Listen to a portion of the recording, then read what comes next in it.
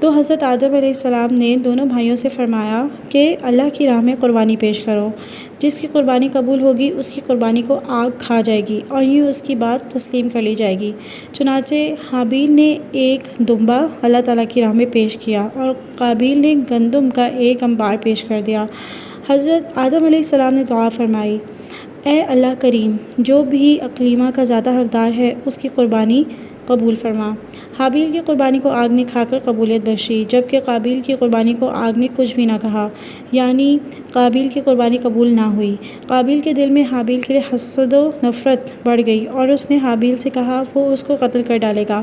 اس واقعے کا بیان قرآن کریم کی سورہ مائدہ کی آیت نمبر 28 اور 29 میں یوں ہے، اور انہیں پڑھ کر سناؤ آدم کے بیٹوں کی سچی خبر، جب دونوں نے ایک ایک قربانی پیش کی تو ایک کی قبول ہوئی تو دوسرا بولا قسم ہے تجھے قتل کر دوں گا۔